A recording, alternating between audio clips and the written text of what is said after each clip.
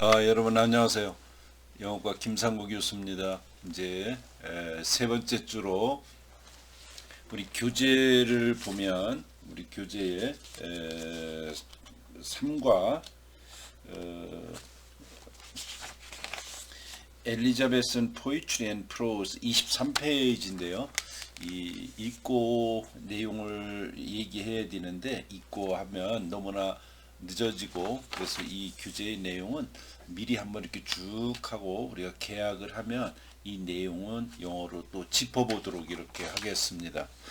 자, 엘리자베슨 포이트리 앤 프로즈인데 여기에는 엘리자베스 시대의 시, 와이어트라든가 소레이라든가 이런 그 스펜서, 에드먼드 스펜서, 또 여기 셰익스피어의 소네트, 일화 같은 것들이 나와 있고, 그 다음 장에는 드라마에 관련된 것들이 이렇게 나와 있는데, 특히 셰익스피어에 관련된 것이 나와 있죠. 그래서 이것들을 시대적 배경을 먼저 좀 얘기 좀 하고, 시대와 르네상스, 그리고 영시가 어떻게 시작이 되고 셰익스피어는 어떻게 등장해서 어떠한 이 영향을 끼쳤는지, 이런 시대적 배기를 크게 한번 얘기해야 되지 않을까 싶습니다. 그래서 그런 얘기를 먼저 한번 하고 이 교재의 내용을 하도록 하겠습니다. 우리 화면에 보는 것처럼 엘리자베스 여왕이 통치하던 그 앞뒤의 시기는 튜더 왕조인데, 이때를 우리는 르네상스라고 얘기합니다. 네, 이제 앞에를 읽으면서 좀 얘기를 하겠습니다. 영국의 르네상스는 현대 영화가 정착된 1500년부터 레스토레이션, 왕정 복구가 일어난 1660년대까지를 지칭한다. 르네상스라는 1500년부터 꼭 1500년에 조금 전이죠. 그때부터 1660년까지를 가리키는데, 장미전쟁이라고 불리는 30년 전쟁에서 랭카스터 가문의 레드로스, 빨간 장미하고 헨리 튜더는 요크 가문, 여기에는 이제 화이트로스, 흰 장미와 붉은 장미가 싸웠죠. 30년 동안 이런 장미 전쟁이 있었고, 또 이 시기엔 또 뭐가 있었느냐면 1485년 튜더 왕조를 개막하면서 헨리 7세가 즉위하죠. 헨리 7세보다는 그의 아들 헨리 8세가 아주 강력한 군주였죠. 이 헨리 8세는 아마 영국 역사상 가장 독특한 인물이 아닌가. 장가도 6번씩이나 가고 아주 포악하고 또 똑똑하기도 하고 공부도 많이 하고 욕심도 많고 이런 왕이죠. 또 이 사람은 이혼을 여러 번 했는데 6번이나 장가를 갔는데 1534년 영국 국교회를 설립했죠. 앵글리칸 처치를 설립하여 세속의 권력과 교회의 권력을 통합하는 이런 조치를 단행했습니다. 어떻게 보면 교회의 권력에 대항하는 것이죠. 헨리 8세 사후에 에드워드 6세, 또 메어리 1세, 블라디 메어리라고 그러죠. 또 그 뒤에 이어서 퀸 엘리자베스 1세, 이렇게 세 명은 1603년까지 영국을 통치하면서 영국 역사상 최초의 발전과 번영의 전성기를 구가했죠. 그리고 나서 엘리자베스 여왕이 이제 후사가 없이 사망하자, 즉 뒤에 애가 처녀로 죽었으니까 아이가 없었죠. 그래서 이 사람이 죽고 나자 영국인들은 스튜어트의 아들인 스코틀랜드의 제임스 6세를 왕으로 옹립하고, 그가 영국의 제임스 1세로 즉위하면서 이제 이 사람이 스튜어트 왕조가 성립하게 되는 거죠. 1603년입니다. 우리나라로 따지면 임진왜란이 조금 지나고 나서죠. 우리 임진왜란이 1592년이니까 영국에서도 이 메어리 피해 여왕이라고 하는 이 블러디 메어리 이후에 엘리자베스 시대에 아주 피비린내 나는 이런 역사가 있었었죠.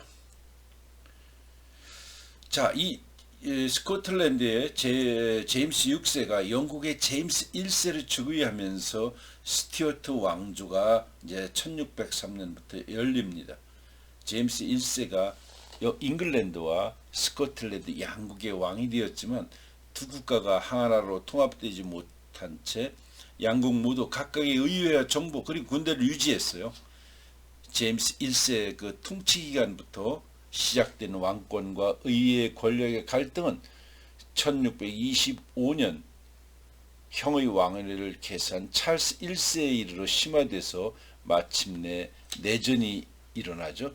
1641년부터 49년까지 진행된 내전에서 올리버 크로멜이 이끄는 의회주의자들이 승리를 해서 영국 역사상 최초의 공화정부가 탄생하는데 그 주도 세력들이 청교도주의였죠.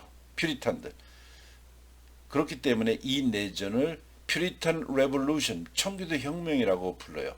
영국이 최초로 실험한 공화정이 크로멜의 독재로 인해 실패로 돌아가면서 영국인들은 1660년 프랑스로 망명한 찰스 1세의 아들 찰스 2세를 왕위에 복귀시키는 왕정 복구를 단행하죠. 영국의 르네상스 문학기를 좁게 정의해서 엘리자베스 여왕의 통치 기간으로 한정하기도 하고 튜더 왕조의 설립에서부터 왕정 복구까지 넓게 이렇게 규정한 학자도 있습니다. 또한 편의를 위해서 왕조와 상관없이 16세기 영문학과 16th century English Literature와 17세기 영문학으로 구분하기도 합니다. 자, 14세기에 이탈리아에서 시작한 르네상스가 15세기 동안 유럽 전역에서 활발하게 진행이 되고 나서 영국에서는 16세기에 이르러서야 전파되었기 때문에 영국의 르네상스는 다른 나라의 르네상스와 상이한 다른 몇 가지 특징이 있어요. 원래 르네상스 정신은 중세 동안 위세를 떨치던 교회의 전제적 권위, 교회가 모든 것을 다 쥐고 흔들었던 이 전제적 권위와 신중심의 세계관에서 탈피해서 인간중심적 사고를 바탕으로 인간성을 회복하고 고전에 대한 인식을 새롭게 하면서 예술을 장려하는 것이었다. 그렇다고 해서 신을 다 버린 것은 아니죠. 영국에는 르네상스 정신과 종교개혁, 리포메이션이 동시에 유입되었기 때문에 영국의 초기 르네상스 운동은 교회 개혁에 치중하는 특성을 보였고 초서의 위협이 계승되지 못한 채 영시의 기본적인 작법이 정착되지 않은 상태였기 때문에 고전문학의 재해석과 활용이 활발하지는 못했어요.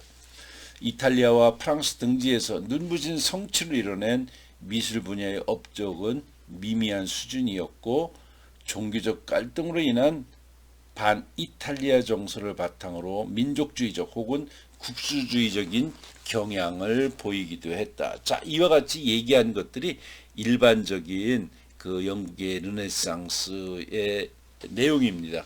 그 뒤에 자 이야기를 나중에 한번 더 들어보시고 잘 내 얘기를 이해했으면 좋겠습니다. 뒤에 또 그런 얘기들을 내가 또 여기 적어 놓겠습니다.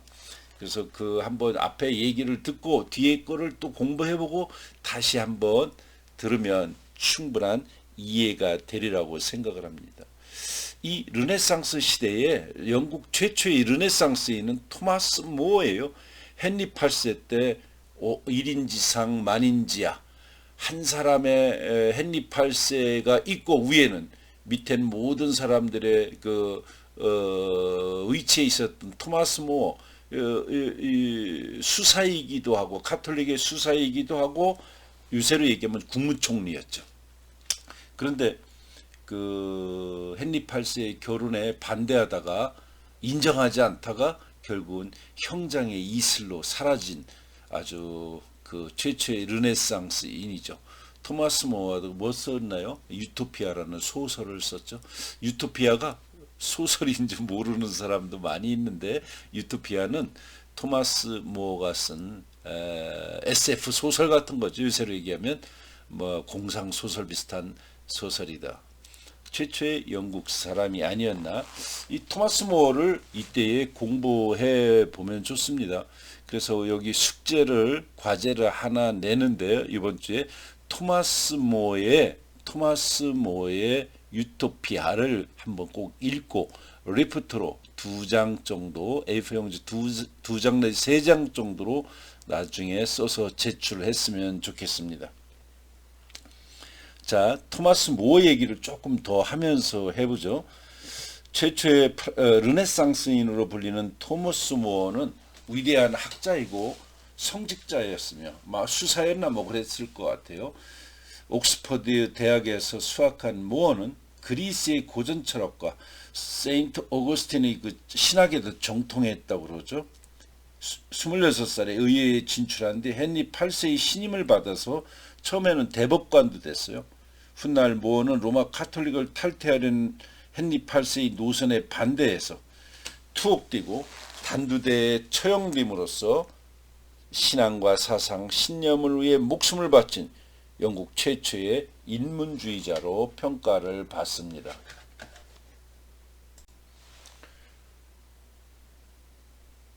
토마스 모어가 1516년에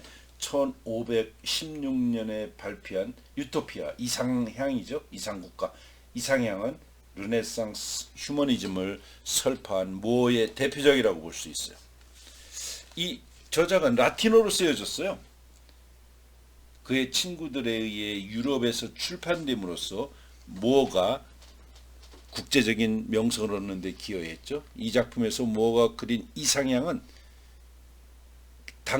그때의 유럽인들이 해양 탐험을 통해서 경험했음직한 상상의 섬에 구축된 세계이고 근본적으로 선한 성품을 지닌 주민들이 살고 있는 곳이고 모든 종교가 자유롭게 허용되는 곳이다.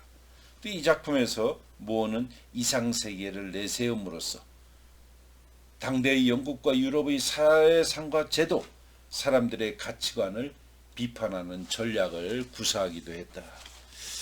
이 모어는 기사도 정신과 전쟁, 금욕적인 생활 태도 등을 비난하고 비현실적인 허영심을 베너티를 조롱하죠.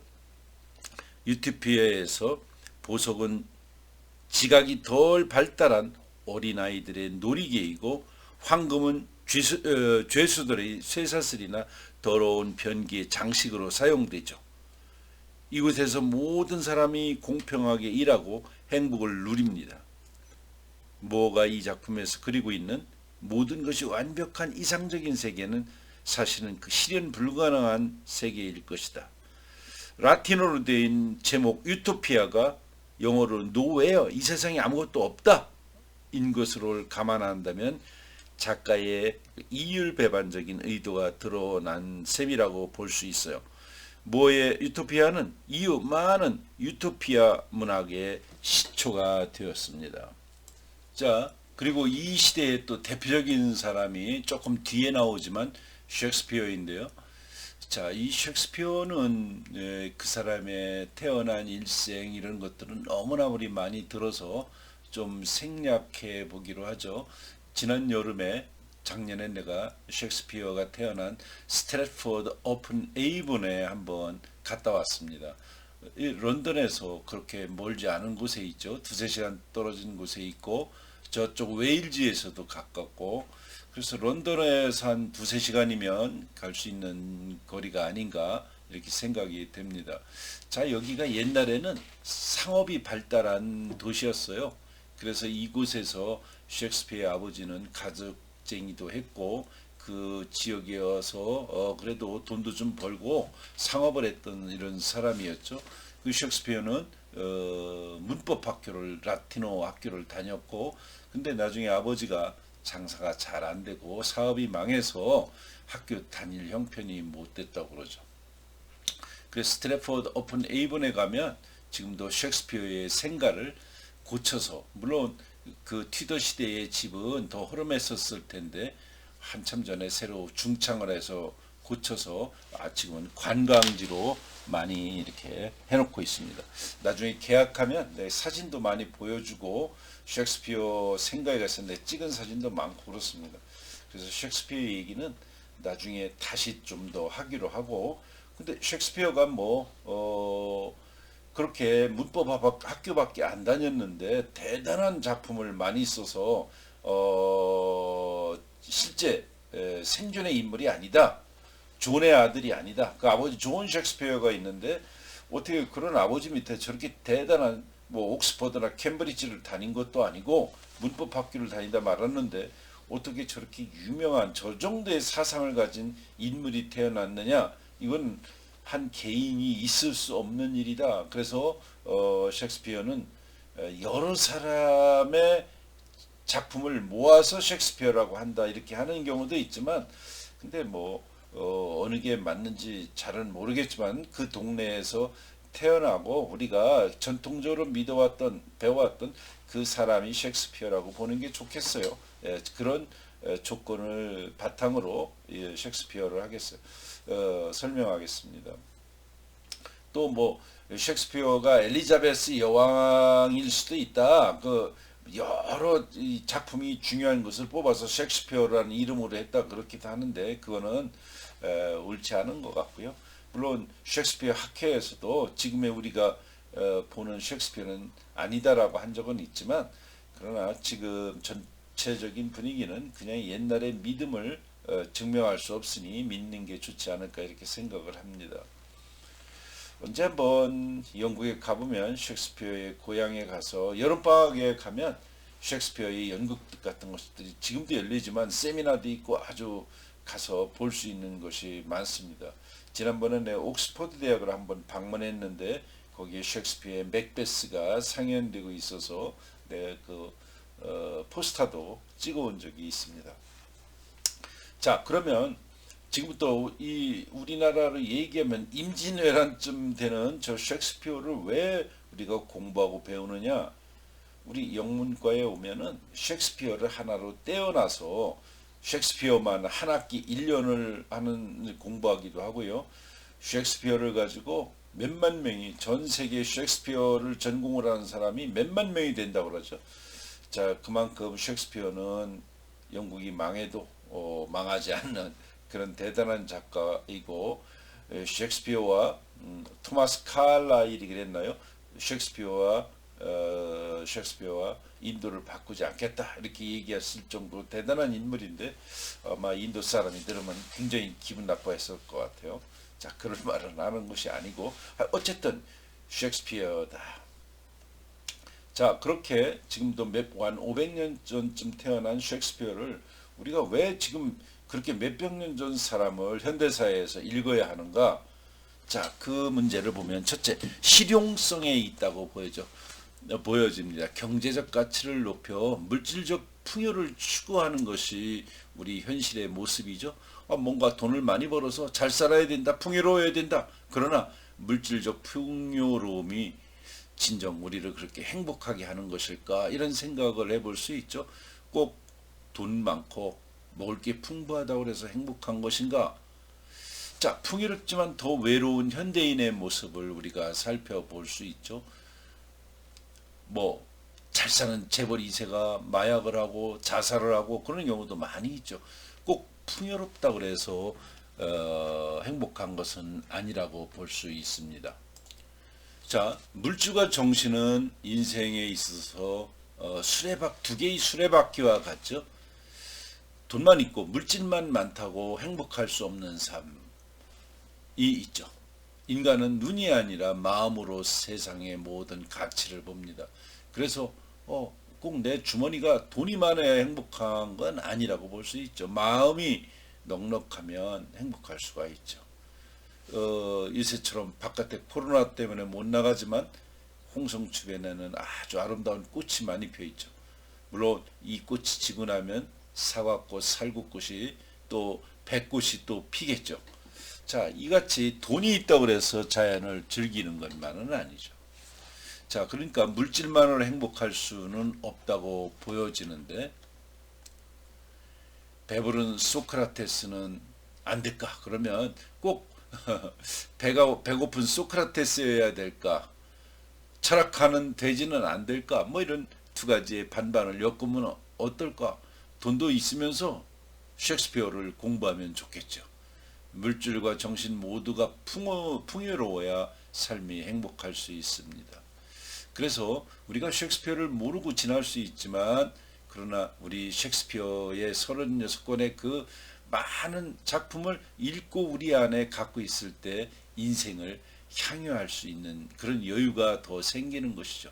어떻게 보면 홍성 주변에서 우리나라의 그 뭐라 그럴까, 사물놀이가 음악의 전부인 줄 알고 그 사물놀이가 음악의 전부다, 최고다 이렇게 믿는 것보다는 클래식도 있고 민속음악도 있고 다양한 장르의 음악이 있어서 그것을 향유하는 것이 더 행복한 일이겠죠.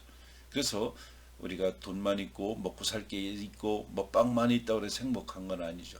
셰익스피어의 작품을 다양하게 읽고 행복해질 수 있는 여러 조건들이 있다고 봅니다. 자, 그래서 셰익스피어를 읽는 이유, 셰익스피어 문학은 인간에 대한 깊은 성찰을 가능하게 해준다. 왕과 거지의 공통점은 무엇일까요? 왕이나 거지나 모두 다 죽고 나면 구더기 밥이 된다. 어디서 그러나요? 햄릿에서 그런 얘기가 나오죠. 알렉산더 대왕도 죽어 맥주병 마개가 다 됐다. 된다. 이게 이제 셰익스피어가 한 말이죠. 햄릿에서 흙으로 돌아갈 존재가 인간입니다. 최초의 인간 아담은 흙이라는 뜻이죠. 아담. 휴먼의 어원은 흙을 의미하는 후무스에서 나왔다고 그러죠. 그래서 인간은 흙으로 빚어진 존재다, 이런 뜻입니다. 자, 두 번째, 깊고 넓은 입체적인 사고력을 길러준다. 우리의 30여 권 이상의 셰익스피어를 다 읽고 나면 인간의 다양한 면모가 그 속 안에 다 들어 있습니다. 그래서 셰익스피어 문학에는 다양한 인간의 삶이 그 안에 녹아 있다고 보여지죠. 다양한 관점에서 사물을 볼 수 있는 폭넓은 사고력을 길러줍니다. 입체적 사고를 하게 만들죠. 책을 많이, 셰익스피어뿐만이 아니라 서양 고전, 동양 고전을 많이 읽는 것은 그 많은 작가들이 읽었을 때 내 안에서 하나의 보디가드처럼 어려운 상황에서 나를 지켜주죠. 그래서 유명한 고전들을 많이 읽게 되면 내가 입체적으로 이 세상을 볼 수 있고, 그래서 어려울 때 나를 잘 붙들어주는 보디가드의 역할을 해준다고 볼 수 있습니다.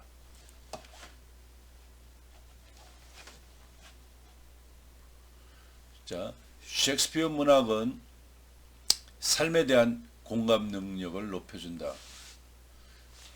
자, 셰익스피어를 많이 읽어야 내 삶에 대한 여러 가지 그 공감이라고 할거죠. 한국에서 가장 선호하는 유형의 사람은 뭐냐? 결국 나를 인정해주는, 공감해주는 사람이죠. 그러니까 이 셰익스피어의 문학 속에서는 다양한 인간의 유형이 녹아 있어서 그 다양한 인간의 유형을 내가 알고 있을 때 다른 사람을 이해할 수 있게 되는 것이죠. 네 번째, 성공적인 비즈니스, 어떤 사업, 내가 어떤 사업을 하는데도 이 셰익스피어를 읽으면 도움이 된다. 결국 우리가 사업이라는 것도 사람들이 하는 일이죠. 인간에 대한 깊은 이해는, 사람에 대한 깊은 이해, 다른 사람을 이해해 준다는 것은 내 사업의 성공을 가져올 수 있는 것이죠.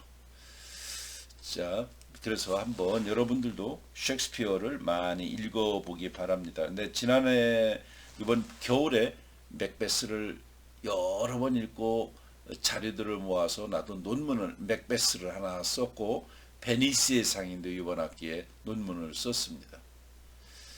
자, 한번 여러분들도 나를 찾아 떠내는 여행이라고 할까, 셰익스피어의 작품을 많이 읽어보기 바랍니다. 셰익스피어 고전 속에서 참 잊었던 내 삶의 질서를 한번 생각해 볼 수가 있습니다. 자, 이 셰익스피어 시대의 배경인데 아까 내가 얘기를 했죠. 튜더 왕조가 어떻게 시작됐고 종교개혁이 어떻게 됐고 그래서 종교적 갈등 상황을 이렇게 이해해 볼 수가 있다. 자, 어떻게 보면 튜더 왕조가 시작되면서 영국의 이 찬란한 이 역사가 역동적인 역사가 아주 흥미있게 펼쳐졌다고 볼 수가 있습니다. 자, 앞에 했던 얘기들을 여기에 다시 한번 정리해 놨는데 자, 튜더 왕조의 시작인 튜더 왕조의 시작은 영국에서 1455년부터 1485년까지 있었던 30년의 장미 전쟁에서부터 시작이 되죠. 왕의 계승제를 놓고서 싸웠던 두 가문이 있었는데 랭카스터 가문의 레드로스와 가문의 헨리 튜더와 요크 가문 화이트 로즈 백장미의 요크 3세가 서로 전쟁을 벌였습니다. 랭카스터 가문은 붉은 장미를, 요크 가문은 흰 장미를 가문의 문장으로 사용했죠. 자, 1486년 리치먼드 백작의 헨리 튜더가 승리를 해서 헨리 7세가 되어가지고 강력한 튜더 왕조가 시작된다고 볼 수 있습니다. 자, 그 다음에 헨리 8세의 영국의 종교개혁인데요. 우리 헨리 8세를 영국에 이번에 여행하면서 지난 여름에 다니다 보니까 헨리 8세의 그림을 뭐 이런 데서 많이 볼 수가 있어요. 190cm가 넘는 거고이고 다혈질적이고 아주 변덕스러운 성격의 소유자였죠. 아까 얘기한 것처럼 6번이나 결혼했고 첫 번째는 형수였던 캐서린과 정략 결혼을 했죠. 원래 이 형수 캐서린은 스페인의 공주였는데 형이 죽자 동생이 함께 이제 데리고 사는 이 유럽의 전통 때문에 형수와 살았죠. 6명의 자녀를 출산하긴 했지만 메리를 제외하고는 모두 죽었어요. 이혼을 요구하였지만 교황 클레멘스 7세가 카톨릭의 원리에 따라 이혼을 불허했죠. 그러니까 1530년에 수장령을 발표해 가지고 성공의 앵글리칸 처치를 설립하고 종교 개혁을 단행했어요. 결국은 이 영국 교회의 장은 내가 하겠다, 교황이 아니라 이러는 것이죠. 자, 첫 번째 6번이나 했는데 아라곤의 캐서린과 했죠. 스페인공 5살 연상이었고 형의 미망이었다고 그래요. 위엄과 자애로움이 있었고 국민의 사랑과 존경을 받는 이 형수와 살았고, 두 번째는 앤블린 아주 유명하죠. 캐서린의 시녀 출신이었는데 아주 예민하고 우리 장희빈 같이 총명하고 미인이었고 외국어도 능통하고 다혈질의 정치적인 야망도 있었는데, 이 사람의 엄마 누구의 딸이 누구냐면 엘리자베스죠. 엘리자베스 여왕의 생모가 앤블린이에요. 반역과 간통죄로 처벌이 됐다고 그러죠. 세 번째 왕비가 제인 시모어인데 앤의 시녀였어요. 순종적이고 차분하고 에드워드 왕자를 출산했는데 애를 낳다가 열로 죽었죠. 윈저궁의 세인트 조지 성당에 잠들어 있는데 이 헨리 8세 my true wife, 내 진정한 아내다. 그래서 윈저궁에 이 사람 옆에 잠들어 있다고 합니다. 네 번째 왕비는 클레브스 안네인데 신교국사 클레브스 공국의 공주 출신이죠.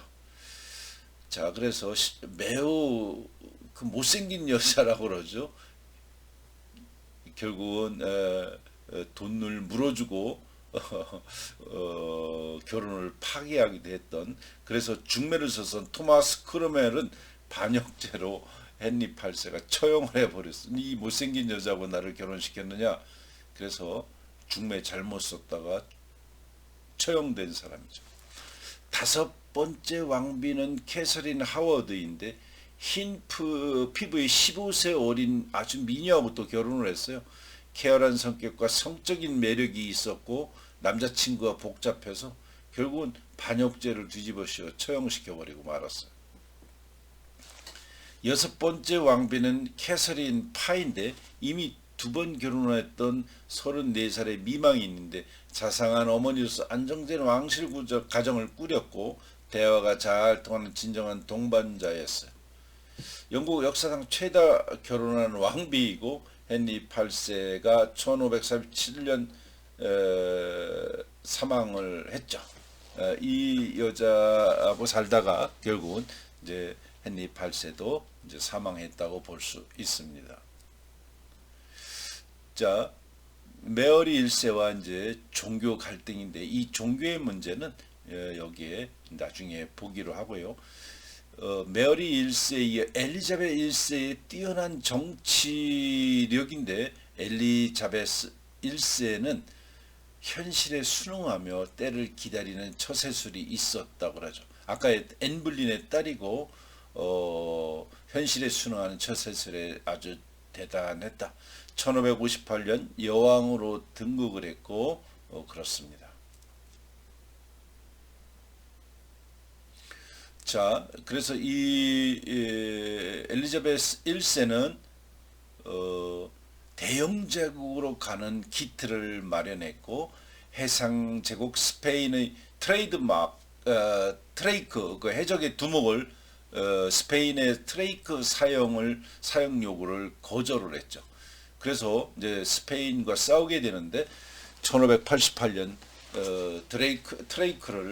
드레이크를 활용해 스페인 무적 함대를 아르마다를 격파했어요. 그러니까 스페인의 무적 함대를 무찔렀죠. 그래서 해상권을 제패하고 본격적인 해외 식민지를 개척하게 되죠. 미국의 버지니아주로 지금의 버지니아주를 개척하고 그랬었죠. 이 엘리자베스 여왕 때 바로 이 여왕 시절에 셰익스피어, 베이컨 같은 영문학의 르네상스가 이제 펼쳐지게 되는데 1603년에 70세의 나이로 사망을 합니다. 그래서 이 자식이 없이 처녀를 죽으니까 스코틀랜드 제임스 6세가 영국의 제임스 1세로 왕위를 계승하죠. 이렇게 해서 튜더 왕조는 막을 내리고 이제 스튜어트 왕조가 시작이 되는 겁니다. 셰익스피어의 훌륭한 작품들은 제임스 1세 기간 동안에 많이 발표되었습니다.